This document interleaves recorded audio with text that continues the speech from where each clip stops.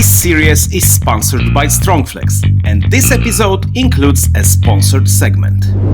What's up, guys? It's Dominic here, and welcome to another episode. Today's story is not only incredibly inspiring, it also proves that drifting, our beloved sport, has become a true platform for some of the biggest names in global motorsport. Our guest today needs no introduction. Kuba Przygoński, a driver who spent years competing at the highest level of the legendary Dakar Rally, one of the toughest motorsport events in the world. Over the years, he's raced in countless disciplines, but today, drifting has become his main focus. What's even more interesting is that his passion for going sideways has been with him for a very long time. Before we start, a quick note. In this series, I cooperate commercially with Strongflex, and this part of the video is sponsored content. Strongflex, a manufacturer of high-quality polyurethane suspension bushings. They've recently introduced a new line of bushings in black and dark gray, which blend perfectly under the car and stay almost invisible. As always, they are available in both OEM style and sport harness options. Alright, now it's time. Buckle up, because we are starting right now, and don't forget to hit that subscribe button. Hey, I'm Dominic, and drifting is my life. I work in the Drift Masters, and after hours I'm either wrenching on my car or meeting drivers to tell their stories. Now I'm traveling across Europe to meet the best drifters out there. What's up, guys? Today we are in Poland, in my home country, and we are visiting Kuba Przygoński at his garage. And we are opening the doors, and there is a Kuba. Hello guys. Hello, good to see you. Thanks for having us in your beautiful garage. And can we make some quick tour around your beautiful place? I will show you our workshop. We tried to make it a little bit nice looking because we are building nice cars, and it's, I think, nice to see those cars in a nice place. This gentleman is a true legend of motorsport, a multiple cross-country rally world vice champion. On two wheels, he conquered the legendary Dakar Rally, finishing an incredible 6th place. Then, he switched to 4 wheels, and in 2018, he claimed the Cross-Country World Cup. A year later, he stormed to 4th place in Dakar. And in 2020, he became Polish Rallycross vice champion. In 2008, he discovered a new passion: drifting. 5 years later, he set a Guinness World Record for the world's fastest drift at a breathtaking 217 kilometers per hour. He's a 5-time Polish drift champion. And in 2024, he took home the gold medal at the FIA Motorsport Games. Hello, my name is Kuba Przygoński. I'm a professional motorsport driver. I'm doing it from almost 25 years. I started with motocross and enduro bikes.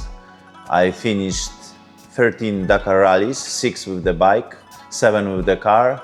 And during this time, I interested drifting, and I started drifting, and I really enjoyed this discipline. How old are you now? I'm now 40. 40, okay. Well, you are in really good shape, so it means that it's worth to be in the motorsport. You are doing something else for living, or you are just living from being a professional motorsport driver? From 25 years, I'm doing motorsport professionally. In the end, it's not only motorsport. I'm working in our family business, which is Toyota and Lexus dealership. And it's not a dream of the motorsport, because during the day I have a lot of meetings, and trainings, practices I do all really early in the morning or in the night or during the weekends. In this Toyota and Lexus company, are you more managing, or you are head of some specific area in the company? I manage all the areas of the business, from selling to service, maintenance, body paint. In the end, I'm all the areas, and it's of course nice to spend the weekends on the competition, but Monday morning I'm in the office sending emails.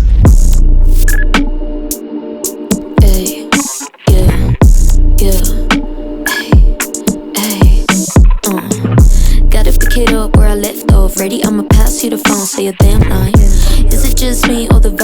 steady going down. When with you, I'ma save mine. Took me so long, figure out what you want. Every time you with me, it's a great time. Only way you reach out with your hand in my pants. You unbuckling, so I gotta go. Kuba invited us into his stylish garage.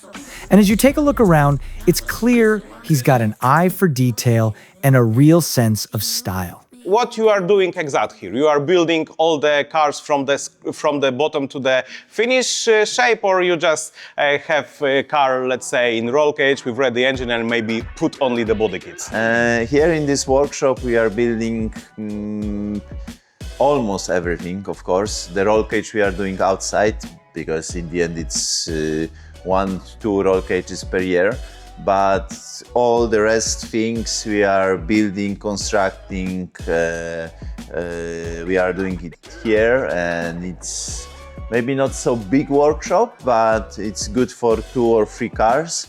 And in the end we do only the drift cars here and only the cars for me, because we are doing here only the GR and GT86.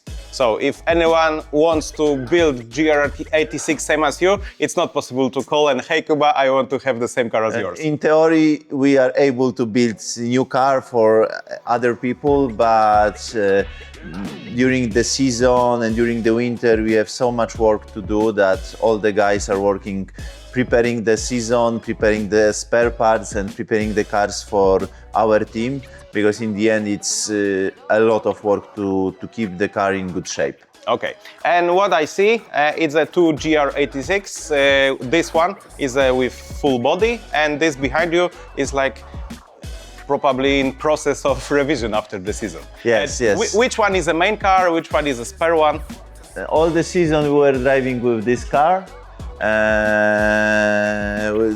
And now we have new car, which we tried in FIA Intercontinental Drifting Cup, and now we are preparing the new car for the new season of the Drift Masters. I think in the end was good time because we tried the new car on the real competition, and on the real competition it's good to test the car. And the old car now will rebuild to have the second or spare car, because during planning for the next season, in the end, it's a lot of races, and with one car, it's really sharp to go. Mm-hmm. Can you show us inside your car? Okay, I will show you the car. This is what we are driving now. This is GR86. Okay, I will stand there, and it will be easier to show and tell about everything. This is our interior of the GR86. In the end, like all the drift cars, the most important is the gear lever and the handbrake. The rest is, of course, the roll cage. We use carbon seats. In the end, really enjoy it. And this what more drivers are having is the air cooling, because with closed helmet it's really warm inside the helmet, and that's why it's better to have some air inflation, because it's a little bit colder. And then the rest, I think there is nothing so special, and I really enjoy this interior of this car. I really like your seat. It looks really, really amazing, but also it looks like not comfortable. In theory, it's not comfortable, but we don't spend so much time in the drift cars, because in the end the runs are really short. Mainly, I wait more in the queue than during the driving of the car, but in the end, I think it looks really cool. Mm-hmm. And which gearbox you are using? I'm using Quaife gearbox. Class. From the beginning of the history. We don't have any problems with this kind of gearbox, and I enjoy it. Mm-hmm. Everything looks really light, and what I remember from even times when you were using GT86, always you were focusing on losing weight. And please, if it's not a secret, of course, how many kilograms weighs your GR86? In the end, the car is not so light, because the new chassis are quite heavy, and like, I don't know, the steel of the chassis is heavy because it's safe for the normal cars. And we tried our best to have really lightweight car, but in the end it's the weight of the car is 1,250 kilos. In the end, I think it's not so light, but in the end, I think this is optimal weight for the car. Okay, and all the body kit is from carbon or from different materials? We are doing mainly carbon, Kevlar. It's mix of the different products because depends of the situation. Because sometimes it's better to have carbon, but sometimes better to have Kevlar because some parts are really fragile and they are damaged every race. Okay, and of course, one of the most interesting thing in every drift car is an engine. Can we? Can you show us your engine? Yeah. It's time for a short break.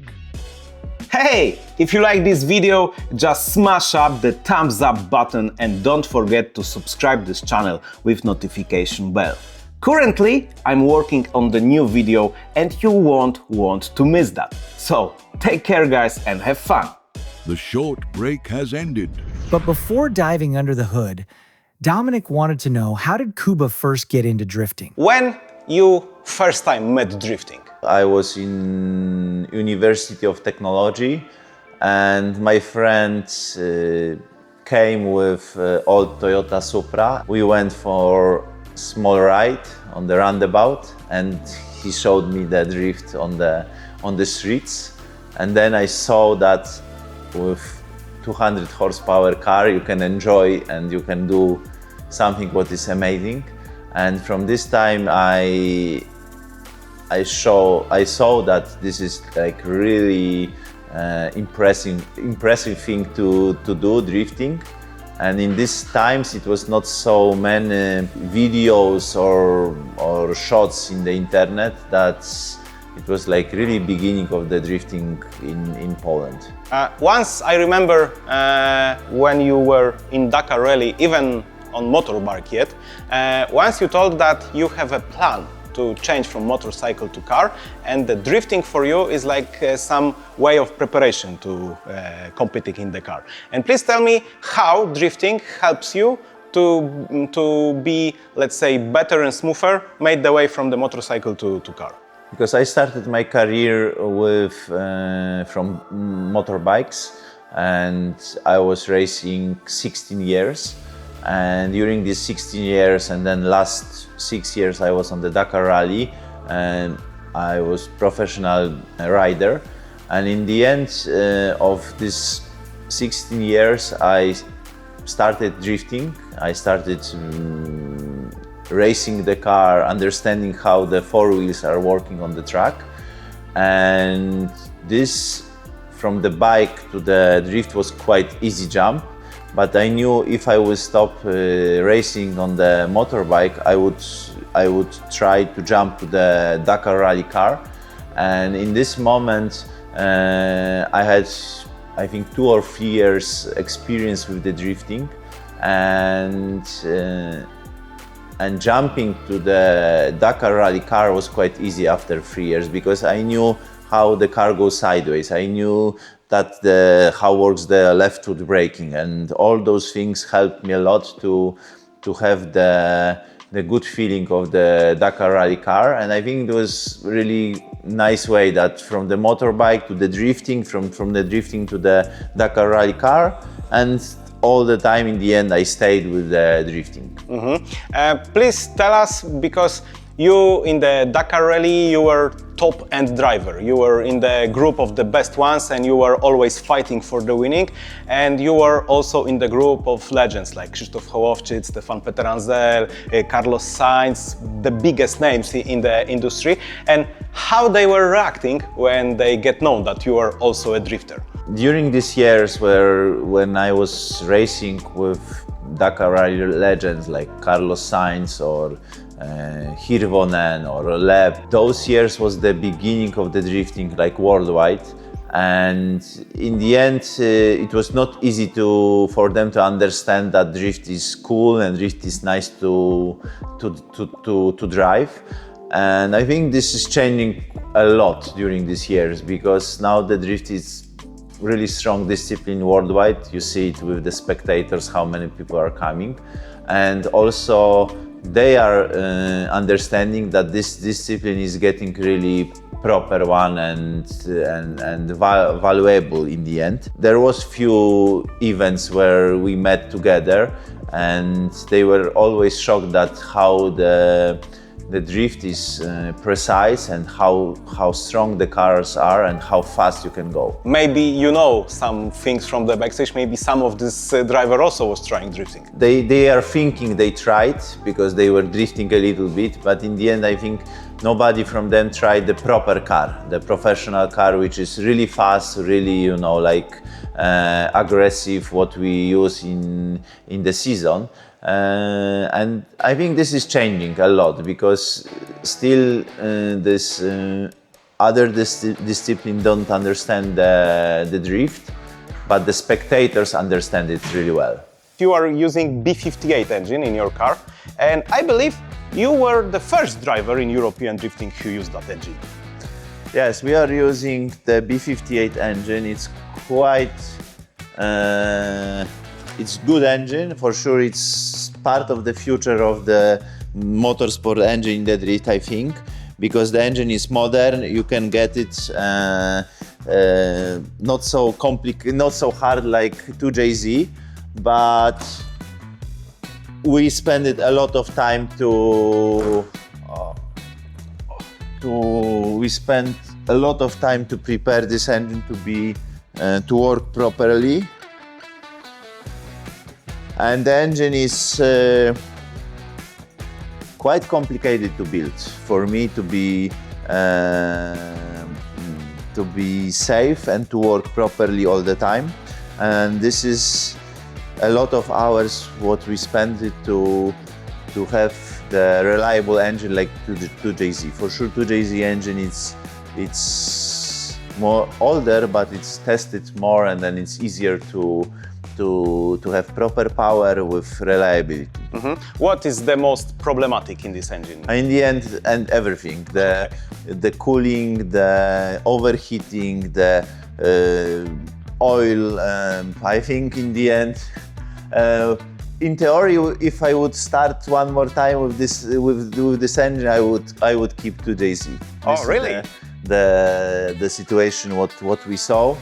But when you enter to one way, in the end, it's hard to go back. And then now, after this almost 3 years, we are happy of this engine, but the way was really complicated. Okay, but as you mentioned before, this is the future, and let's say in 10 years, when 2JZ will disappear from the market, you will be a few steps further than your opponents. For sure, the future is on this engine. And I think also in the next few years, the knowledge, the information, some spare parts, some like tuning parts for this engine will be more, because now we have a lot of custom parts in this engine, which means we need to make it by ourselves, and then this is also expensive and time consuming. Okay, and how many horsepower and how many newtonometers you have here? We are around 900 horsepower and also around 950 torque. Okay. And with your weight, it looks like really competitive car. Still, we are fighting to have really competitive car. It's a lot of tests and a lot of work to do, but the car is getting really nice. After this season, we saw that we are really competitive, and for the next year, for sure, we will use this what we get this year, and then the car should be reliable and competitive, really good. Okay, you mentioned that especially on the beginning of your way with B58, you met a lot of problems with this engine, and you also got problems like, blow the head gaskets or something like that? We had few engines blown. In the end, I think it's around 6-8 engines what we finished. Okay. And now we are on the way that we can survive with one engine, and it's step by step, because always it's the time what you need to spend to make a reliable engine, and this time it's in the end running really fast, and if you have one problem, you try to solve it, and you spend, I don't know, 1 month, 2 months, and it goes really slowly with our possibilities, because of course, if you have more time or more tests, you can do it faster, but with our timing, we spend quite a lot of time to get this engine reliable. Okay. You are, during your sports career, you were in Dakar, in rallycross, in rallies, in almost every kind of motorsport. And please tell me how you can use the experience from the other motorsport in drifting. For sure, I'm using a lot of experience from other disciplines, like from Dakar Rally or from Rallycross, and in the end, it works. But in the end, drift is quite special discipline because it's really aggressive discipline for the engine. It's, I think, only one motorsport discipline where you clutch kick. Because in the other disciplines you don't have any possibility to do it. And in these terms, in the end, you need to be really smart in the drifting to have proper drifting car. Mm-hmm. And during your way of changing discipline from rallies, etc., to drifting, what was the biggest problem for you, if we can mention that? In the end, I'm long in the drift, and then I know step by step how the drifting was evolving during this, like almost, I don't know, 12, 14 years. And for sure, to build a nice car in the drift and proper reliable car, it's a lot of work, and sometimes even harder than in the other disciplines, because in the drift you use like clutch kick, you use the high RPMs, and in normal cars you upshift the gear and you go next gear, and in drift you stay on the high RPMs all the time, and this is the worst and the heaviest moments for the engine, because to stay in these high RPMs all the time, the engine doesn't like it. I really like all the disciplines. In the end, if you race 200 horsepower car and you need to be as fast as possible because other friends are racing the same kind of car, it's nice. All the competitions are nice, and they are of course a little bit different, because Dakar Rally you spend 6-7 hours per day in the car, and it's like marathon stage, but in the end you go all the time really fast, extremely fast all the time. And in Rallycross it's really short, but there is more tactics because you need to make with this joker lap a lot of things. But and then the drift. I really enjoy drift because it's like modern sport. You know, this is the sport of these years, that it's fast, it's really spectacular. This sport is also nice for the two kind of, in the end, people. For the drivers, it's nice to race and to drive, to drift, but also it's really nice for the spectators, because spectators get the adrenaline for the really close battles with some small accidents. And this shows that not only one side is happy, because there are a lot of disciplines in the world that, like, I don't know, some GT or something, that they are racing for themselves, that the driver has the money, has the possibility to drive some car, but there is no spectators in this discipline, which means this is the sport for those who are racing only. And drift is nice for the both sides. And I think this is the most important and different from this discipline than the other. In your opinion, where drifting will be in 10 years? The drift in 10 years, where it will be, it's hard, of course, to say, because for sure it will grow, the interest will be higher, because the problem for sure is the tracks, because you need to have the place to race, and in Europe it's getting harder to race on those tracks.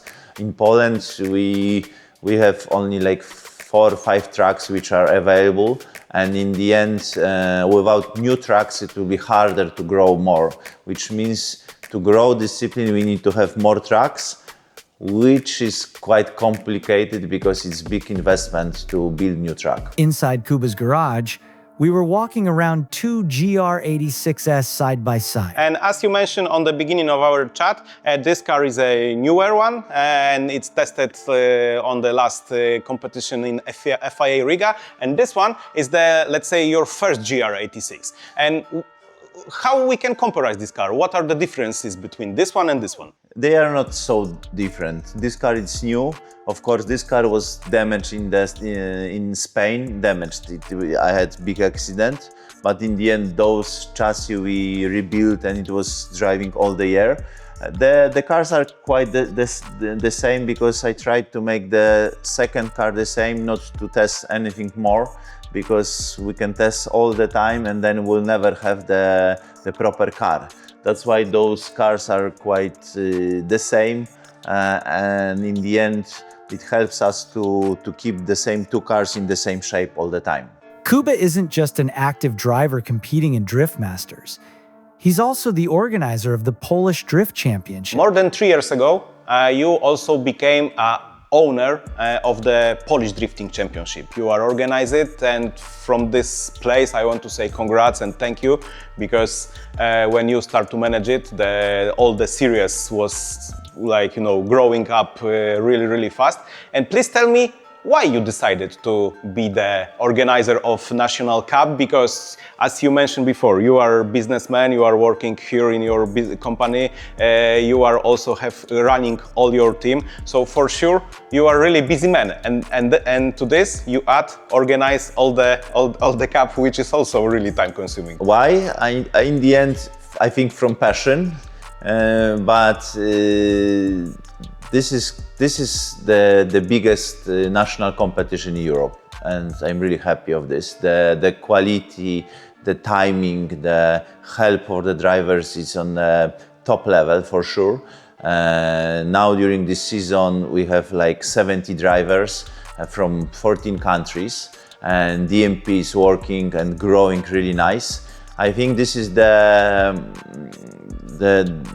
this Europe needs to have really good quality competition with not extremely big costs, because we do 4 rounds in Poland. That means that you don't need to go around the Europe. You spend less money on the competition, but the level is, I think, properly and high.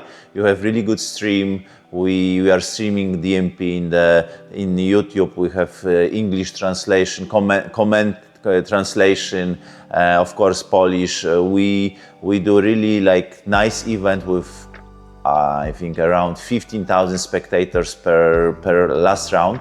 In Poznań there was huge spectators, and then the drivers have the opportunity to have fun for the competition, to show that they compete in the professional league, and also they have possibility to show their sponsors and partners that the amount of people interested in Polish Drift Championship is so high that it's worth, and then they have the thing to show to them that the sponsor will spend properly money on the budget, and they will see the visibility of the partners will be high. And I'm really happy that this work.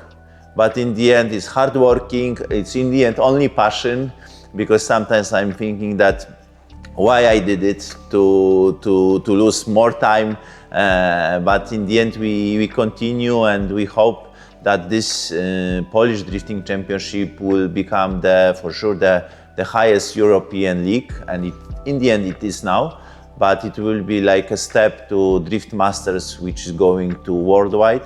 And of course, in Europe, you need to have the high quality competition. And in the end, I think this is only one league in Europe that is with high quality. You are an idol for many persons around the world. And please tell us, who is your idol? My idol in the motorsport, in the end, is Carlos Sainz, because I know him really well. He's, I think, 62, but in the end, he won the Dakar 2 years ago, and he's really strong guy. And for me, this is like pure motorsport driver, which is extremely good, extremely motivated with this year's what he has, and he's showing that he's still in the best shape.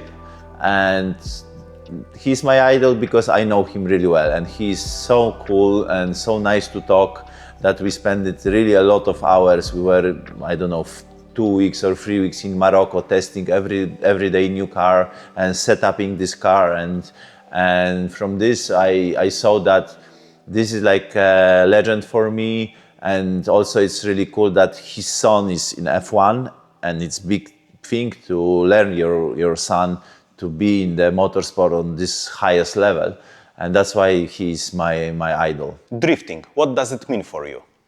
Drifting is for sure passion, and this is cool motorsport of previous years. Do you have any plans for the future, like what you will do in 10, 20 or 30 years as a motorsportsman? Of course I will race in the future because I really enjoy racing. If this will be drift, I don't know, this is hard to say.